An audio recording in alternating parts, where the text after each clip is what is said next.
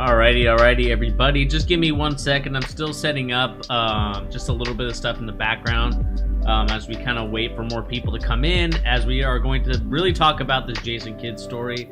I kind of have, I would say, a little bit of a personal beef with this story, just due to the fact of some personal experience myself as a high school athlete. And so I know that high school athlete, whatever it is, what it is, but it's kind of in that similar vein. Alrighty, everybody. Just give me 1 second. I'm still setting up just a little bit of stuff in the background as we kind of wait for more people to come in, as we are going to really talk about this Jason Kidd story. I kind of have... Okay, there we go. Perfect. So let me still get set up, and then we'll kind of get started. Just give me 1 second, everybody.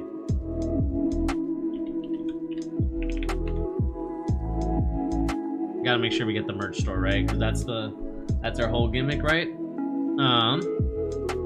Alright. So, as we kind of wait for more people, I'll wait till the 5-minute mark to when we officially get started. So while we're waiting to get started, I just want to let you guys know that we do have a merchandise store, and I'll go to the live scene so you guys can see what we're talking about here. We got plenty of merchandise to talk about. Of course, we got a shirt, we got a mug, and of course, we got a sweatshirt as well. Once, I think we get a little bit more traction, when a lot more people are interested in the product, that's when I'm going to start doing it myself, like through a different company. Right now I'm doing it through Streamlabs, and as much as I love Streamlabs, I do feel like it is important to kind of make sure that you also support your friends as well. So I'm going to talk to some friends of mine and see if they can't do some stuff in that realm. But nevertheless, we are going to talk about this Jason Kidd story, and really how Jason Kidd made a player quit. And to me, like, I know that player was going through some things, but it's still, like, to me, it irks me because of the way, like I talked about, I'm going to probably kind of start this off with the story from my personal experience, my lived experience, if you will. But, I'm going to talk about that because I do believe that needs to be talked about in, the coaching atmosphere. And, as someone that just became, not just became, but as someone that is a coach as well, that wants to become a better coach, that wants to really, help the next generation of kids get a lot better, deal with the things that they're dealing with, help, talk to them about stuff that we dealt with before as players, kind of move on to that next generation. You want to make sure that you do it in a respectful manner, even though there may be some times where you get frustrated with them and things like that. Jason Kidd and his stuff definitely is a different conversation because that's a NBA player dealing with NBA, former NBA player dealing with NBA players. So it's not really the similar in some sense, but I still think that it is valid to talk about just how not to coach your guys. And, we'll talk about what he said in his experts. Were you coach? When you coach, are you like Bob Nye and yell at them? Or are you a player's coach? That's funny. I'm definitely not a Bob Knight. I won't yell at them. I think yelling at them, it really doesn't accomplish anything. And let me turn off this music. I don't know. For a conversation like this, maybe the music isn't too appropriate. But, I think as a coach, and I'll kind of say like my style, is I am a little bit of a player's coach. I will say that I do like to listen to my players.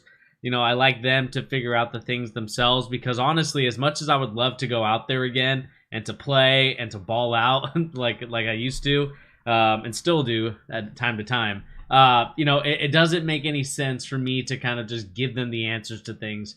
And I want them to figure some things out as well. I'm obviously, we're going to talk about plays. We're going to talk about adjustments that we'll make to it. What are we going to do when they're switching the ball screens? Because that's, not to go too much into my coaching, but that's kind of what we saw all this summer is a lot of teams are switching the pick and roll that we ran. And so, that's kind of something that we've been kind of dealing with. And, to me, it's not really about yelling. It's more so, I think this is just a different generation. When I think about kind of like the way that you teach these kids, it seems like, sometimes they listen, sometimes they don't. And I think that's just every generation has those kids, but I just feel like it's, I don't know. It's like you want one thing and then they do something else. And so, it's more patience. You definitely need a lot more patience. And I feel like as a coach as well, you fill in different roles. Whether you are that kind of father figure that the kid's missing in their life, or whether you're that, just someone that the kids can kind of trust as another adult besides their family members to, kind of, work on some stuff that they're dealing with internally. I was the same way when I was a kid. With some of the stuff that I dealt with as a kid from one of my coaches. Coach Jackson, was one of my favorite coaches of all time. Shout out to Coach Jackson. I don't know if you're watching this on Facebook or not. But he was really one of the best coaches I ever had, and he really taught me some things that I think I think any player would be lucky to have. And I'll talk about kind of the head varsity coach a little bit later in the stream for myself as a player. But yeah, I'm more of a player's coach, Tar Heel Nation, to kind of give you a long-winded answer short. I'm more of a player's coach. I love for the players to kind of let me know what they're seeing out there. And we can make adjustments on what there is. Need to see her on the UW coaching staff one day. You can't be worse than Hopkins. 6 wins last year. Hey man, we're working on it.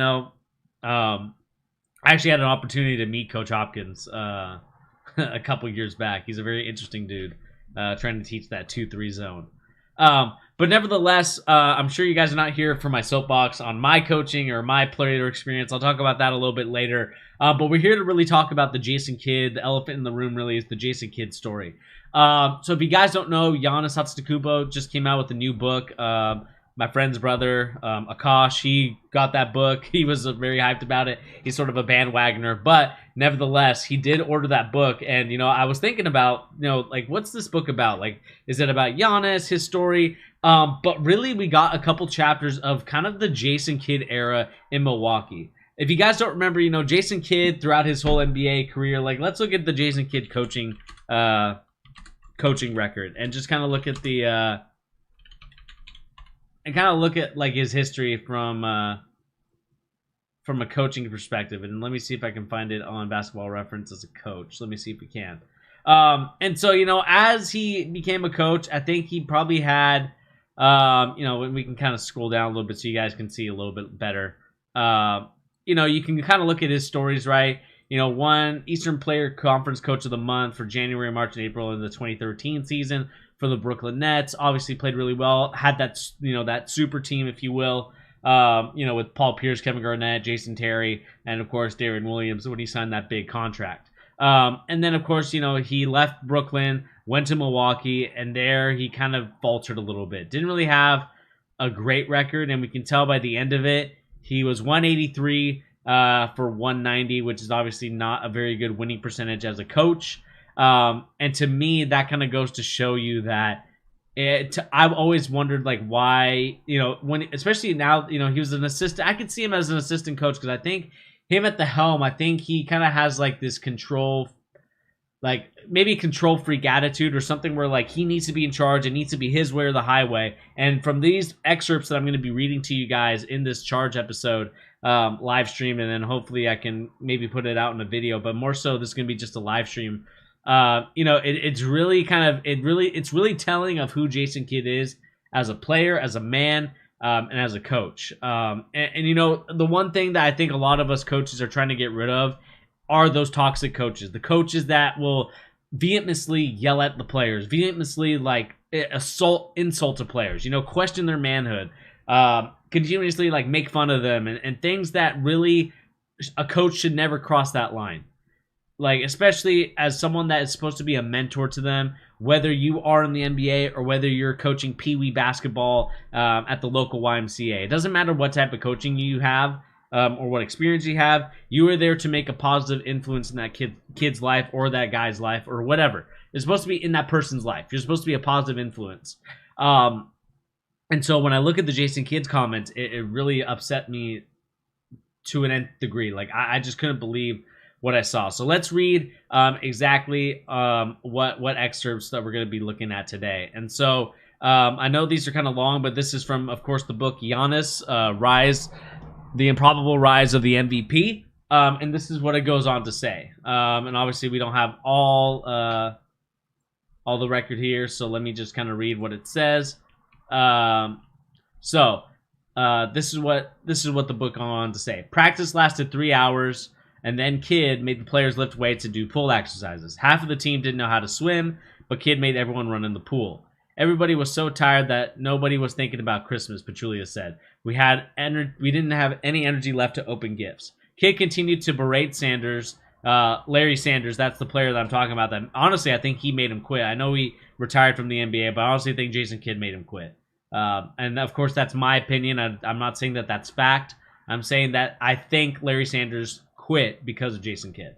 Everybody, that's kind of what I read. Kidd continued to berate Sanders through calling him pathetic. Sanders can handle it. Where he was in his life, his career, this practice, all the mistakes, all the frustrations. He felt his entire body turn into jelly as he cramped from head to toe. I had a full body convulsion, Sanders said. My body broke down physically and I couldn't take it. And mentally, I really couldn't take it. Sanders asked to be excused to the bathroom. Oh, don't worry, Kidd said as Sanders walked away. We'll wait, then run some more. Sanders left the facility and took himself to the hospital, spending the night there. Few knew what happened in the aftermath, and he didn't have the energy then to talk about it. I don't think he's a bad person, Sanders said about Kidd, but mentally he kind of like brain effed me a little.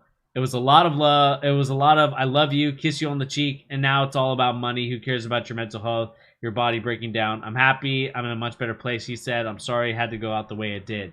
And I don't think Sanders should be sorry about what happened. I don't think he should apologize for feeling the way that he did. Look, I don't think that coaches, we don't know what our athletes' full capacity limit is. I know we can kind of say, what we want about like a player's limits, but to me, this goes beyond that. This goes to like some sort of like absolutely old school 1920s, like even earlier than that. It seems like it's like 1700s type of coaching. And I know coaching wasn't made back then, but it really does feel like that because of the way that you just treat a man by just basically berating him and making fun of him and kind of putting him to a level and a situation where now he's in a place where he doesn't know if he can make it in life anymore. And I know that Larry Sanders just kind of had some mental health issues besides just this stuff. Especially, this is the one thing that I think a lot of coaches need to learn is that there's different ways to coach your players. Some players you can be a hard ass on. Some players you have to be a little bit gentler on. It's all about how you convey the message to your players. And you need to learn by studying them. Not saying that, you wake up at night being like, oh, what type of player is player A? He's introvert, blah, blah, yada, yada. But throughout the season, you need to start looking at it. And again, we're going to look at some more comments as we kind of go through the thread. And we're going to talk about kind of like what Giannis had to go through and a bunch of other players. But let me just kind of drink a little bit more water. On January game at Philadelphia, the Bucks messed up a defensive coverage. Kidd thought Giannis made the mistake. Giannis respectfully insisted that it wasn't his mistake. Then went back and forth, but Giannis stood his ground, diplomatically saying, Coach, I promise it wasn't me.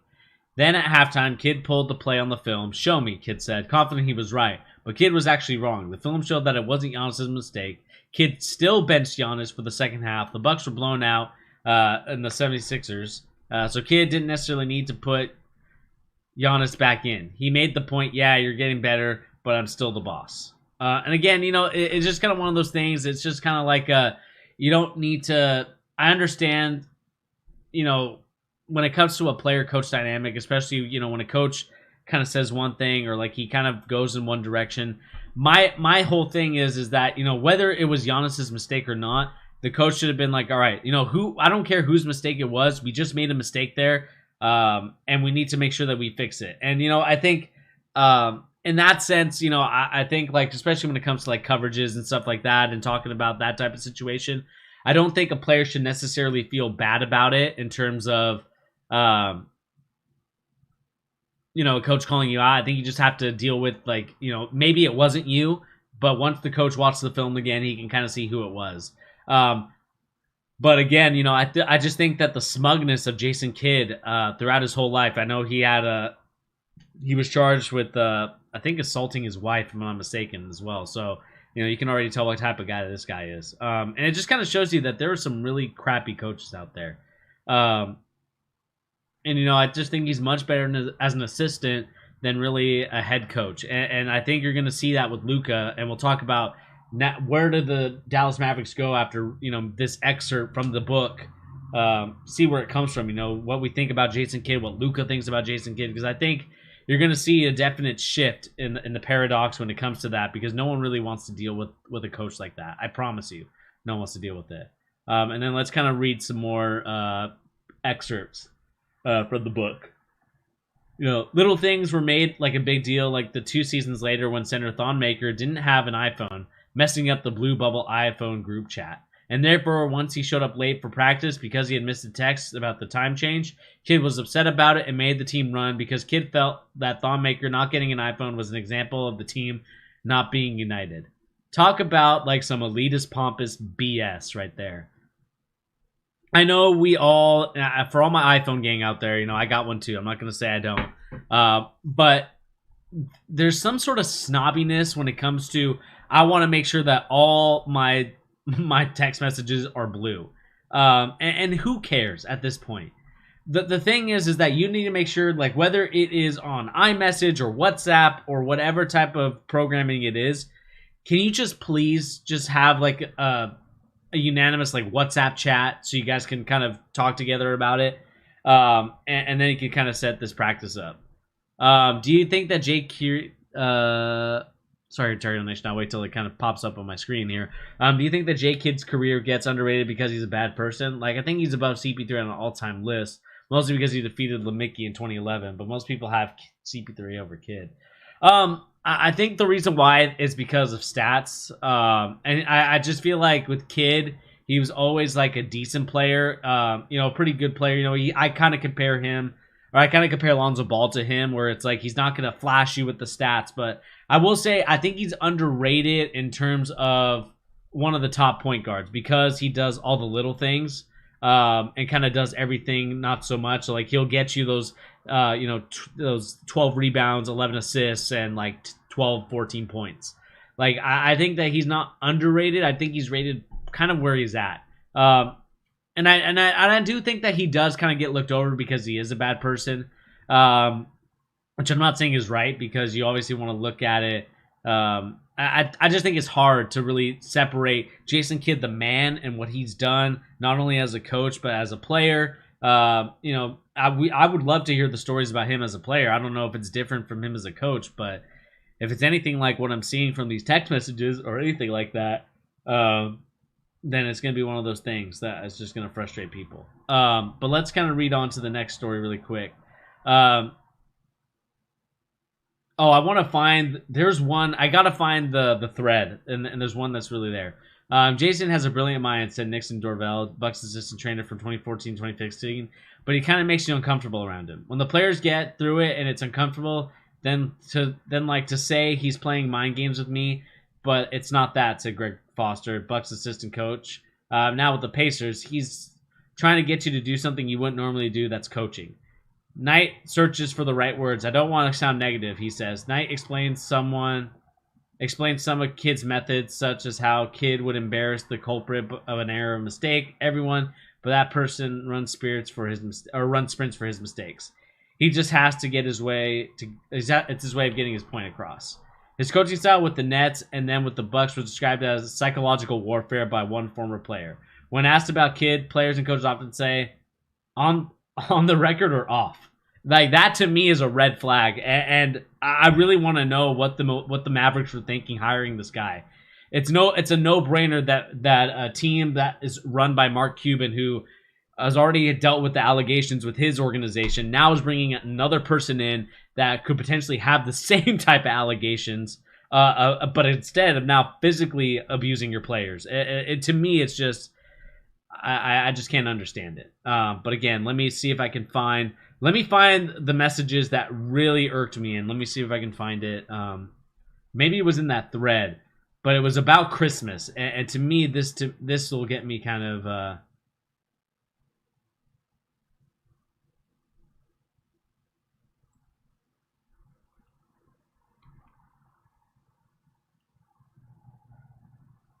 All right, here we go. This was it. I found it. All right, here we go. So we're gonna so right now we're talking. I believe they just lost their first game, or they lost the game before Christmas. It was like the 23rd. They played a game and they lost badly. And I think this was the 76ers game, if I'm not mistaken. Or never mind, it was the Charlotte game. All right, but here's how the story goes. But the Bucks were struggling, dropping a game to Charlotte on December 23rd, right before Christmas. Players returned to the locker room dejected, silent. Everyone was ready for the next 2 days off with their families. Zaza, Kid asked, turning to Pachulia, but addressing the group. Do you think this was a winnable game? Yes, it was a winnable game, Pachulia said. And do you think we deserve the next 2 days off? Pachulia couldn't believe Kid had to put him in that situation, threatening to ruin Christmas. Pachulia tried to strike a diplomatic tone. You know what, Coach? I understand the frustration. We're all frustrated because this was a win. This was a game where we were supposed to win. We didn't give enough effort, but at the same time, this is the holiday. Christmas is about the importance of our families. It's not about us. It's about our families. Guys have made plans. Kid turned to Dudley, and this is, of course, Jared Dudley. What do you think? Should we take the next 2 days off? Dudley, too, gave a diplomatic answer. But Kid wasn't satisfied. See you guys tomorrow at 9 a.m. Whoa, players said. What do you mean? We're going to have practice tomorrow. We've booked flights to different places. I don't care. You guys get paid to do a job, so you're doing your job tomorrow. Things change. Practice the next morning was ugly. Kid went at Sanders, calling him a piece of S and a terrible player. The team ran and ran and ran, like a college team would. I don't think I would have done that. I don't think I've done that since I left J. Kidd, Knight said. It was not normal.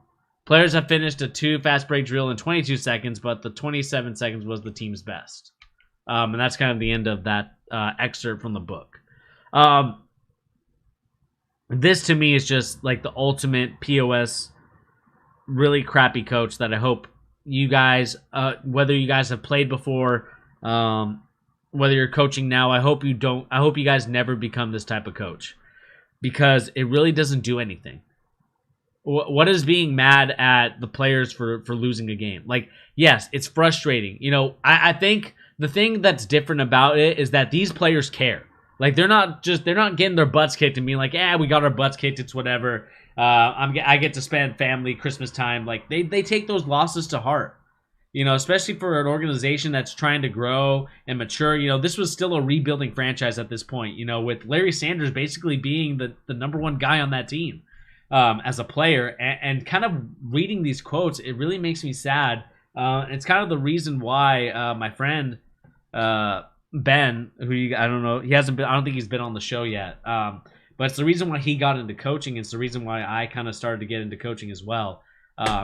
He kind of convinced me into it. But you know, it kind of reminds me of the story that we dealt with our varsity head coach. You know, he was, you know, I think at the beginning he was a nice guy. He came in, you know, was respectful, cared about us. But then things started to change when you know, the politicking came into place for our school. We were a Catholic school, so there was a little bit of politicking in some of the basketball stuff. But then, you know, he started calling us, you know, pussies and, you know, calling us different names, and it was just kind of, you know, at that time in that era, and I know it's only like I left school in 2013 for high school. That's when I graduated. Like, even 2013, like you still didn't talk about what your coach said, or you know, you kind of took what your coach said. Like, it didn't matter if he called you out for being that. You know, there was also we had New Year's Eve workouts, and there was just many other different types of things in that. You know, kind of dealing with a coach like that. And this is what Jason Kidd reminds me of. He reminds me of my former varsity head coach. And, you know, I think kind of like the mental abuse, the physical abuse, you know, more so mental, man. Like, it breaks a person down when you consistently crap on them time and time again. It's the reason why, you know, I had to change my coaching style a little bit as well, because, you know, at the beginning, you know, I was kind of like, oh, you know, not to yell, but, you know, to kind of, you know, get the running in and stuff like that. But that stuff doesn't work either. You know, we'll run to get our conditioning in, but we won't run as a punishment, because it doesn't help. Running doesn't really help at all as a punishment. Like, you know, if you did something bad, you're running. Like, it just doesn't work anymore in 2021. Like, you know, studies have shown that type of coaching just doesn't work anymore.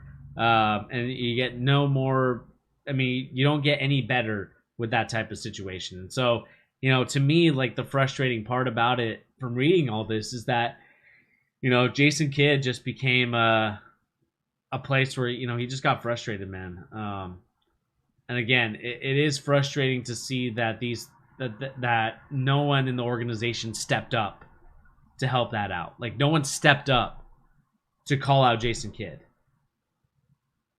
And to me, like, punishing somebody because they don't have an iPhone is like the absolute, like, pompous, elitist type of thing that I've ever seen in my entire life.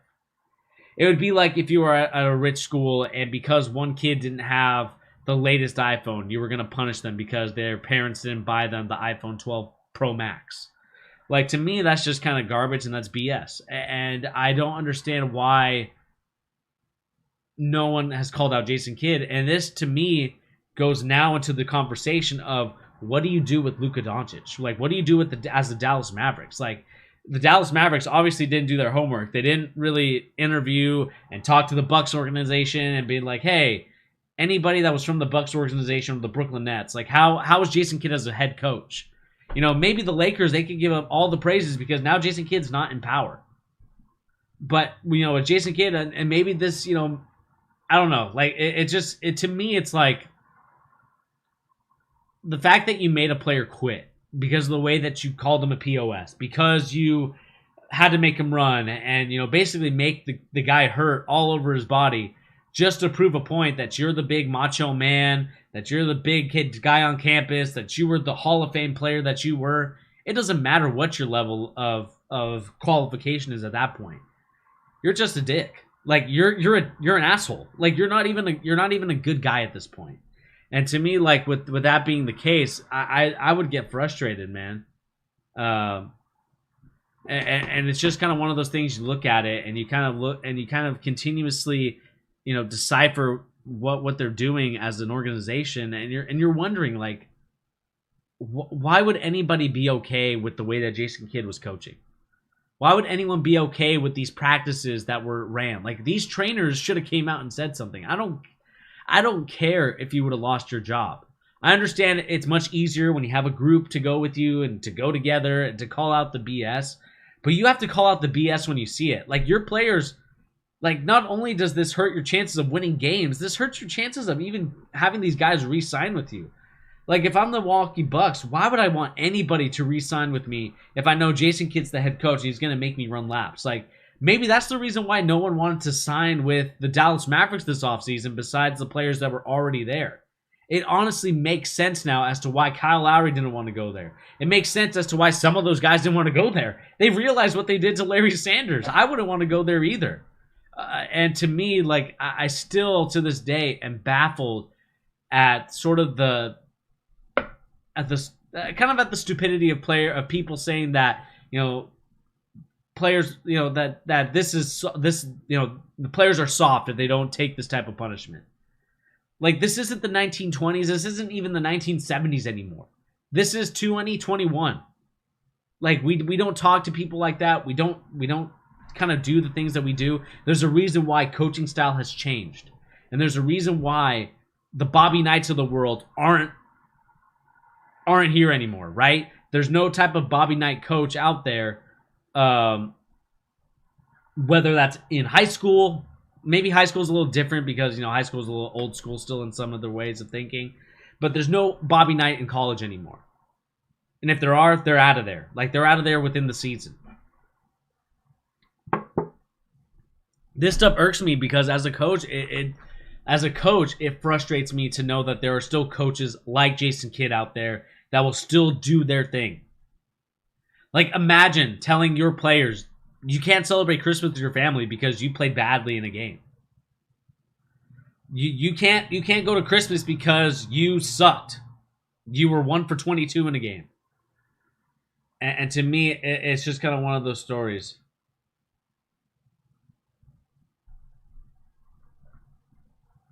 Looks like Thon Maker kind of said something here. Looks like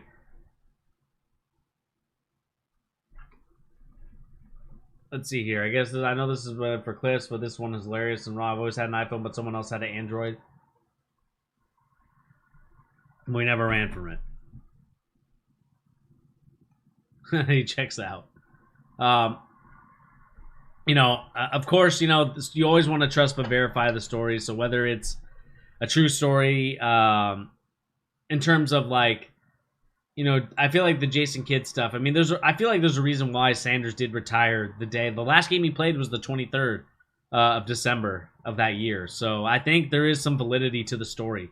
Again, could this be a lot of hoopla for Giannis, whoever made the book for Giannis to make more money?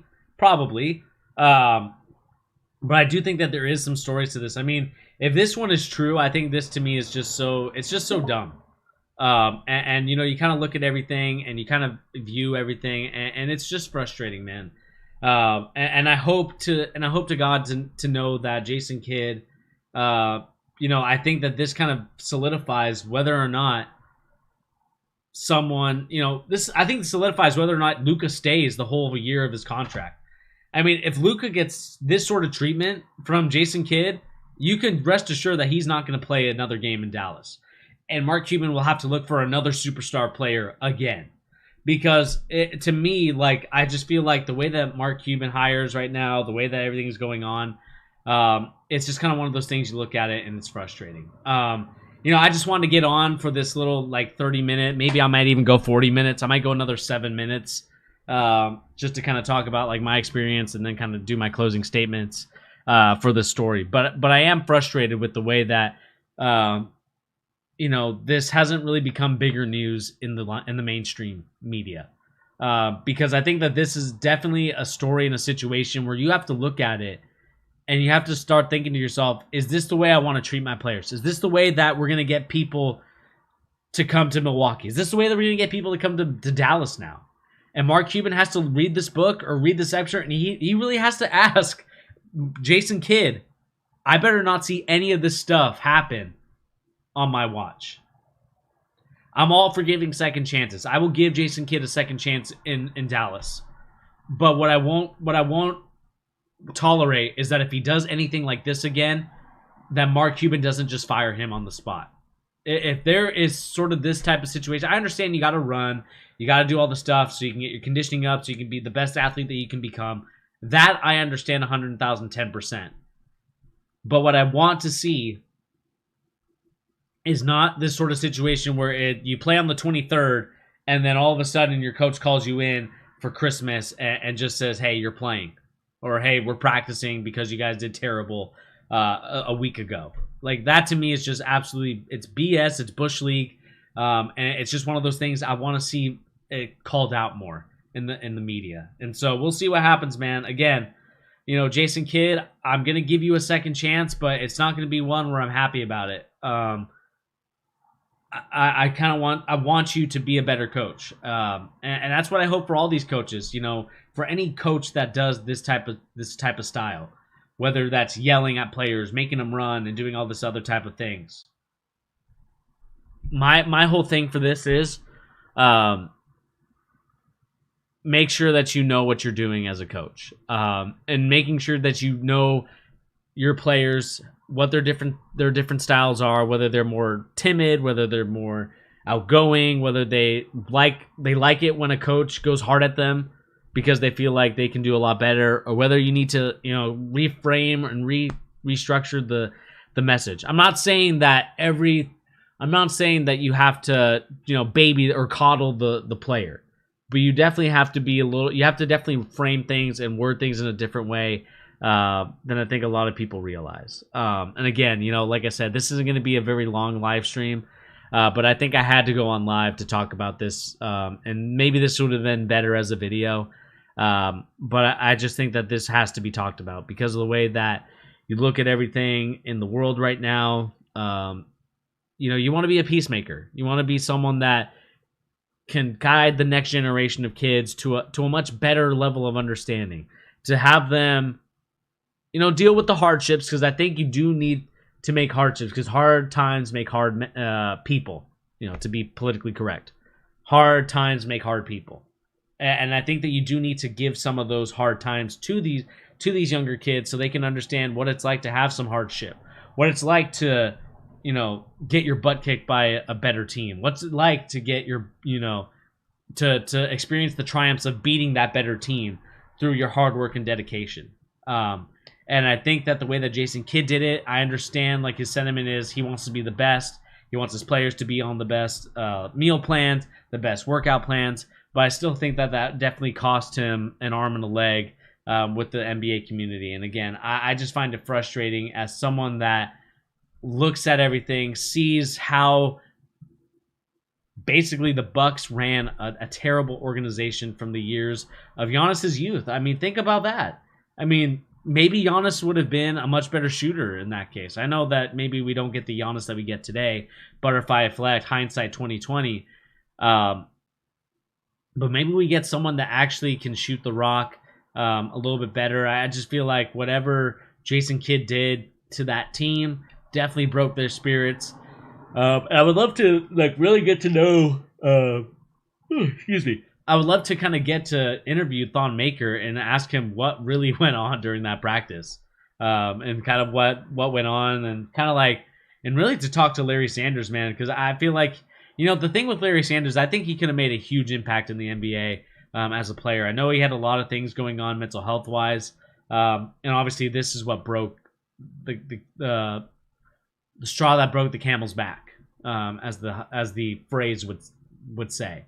Like, I think that this was kind of the final straw for Sanders, and he just decided, you know what, I'm not dealing with this anymore. Have fun. I'm just going to chill and do my own thing. And, it sucks to see that happened. But let me know in the comment sections down below, what do you guys make of this story about Jason Kidd potentially, basically making a player quit playing basketball. And to me, that's the saddest thing in the world. Like I said, I would say the same thing for my head coach for when I was playing. Did the exact same thing, and it was frustrating. It was frustrating to really get to understand, how coaching works now, and the fact that our coach kind of was in a similar vein, I would say, not as bad as Jason Kidd, obviously, but in that similar vein of mentally abusing the players, doing things that would get players to kind of rethink some things, and kind of just really kind of be one of those things that you look at it and you're just frustrated with the way that coaching was in like the 2013s. Honestly, it just feels like it was just not saying it was the worst time in the world. Obviously, I think probably way earlier in the days this probably was the worst time, but I will say it is frustrating to see that you look at everything, you see, the whole situation going down in Milwaukee, and it is it's heartbreaking to say the least. But let me know in the comment section down below, what do you guys make of this story? Do you guys think that Jason Kidd should be on the hook for what he did? Do you think that Luka Doncic makes it his whole contract extension if Jason Kidd's the coach? And let me know, what do you guys think of this whole situation right now, with the book that came out for Giannis? Do you guys think that it was more of a money grab, or do you guys believe all the stories that were written in this book? Let me know in the comment section down below. But anyway, guys, like I said, my name is Bernie. Thank you once again for joining. We'll catch you on the next episode. Please remember to hit that like, share, and subscribe. And of course, we have a merchandise store and of course a donation link if you are interested. I will put that in the live chat for you guys that are here with me. And if you guys are interested in this, you guys are free to do so to get some merchandise. But it is there if you want to donate as well. Anyway, guys, like I said, my name is Bernie. Thank you once again for joining, and we'll catch you guys on the next episode. Please remember to hit that like, share, and subscribe.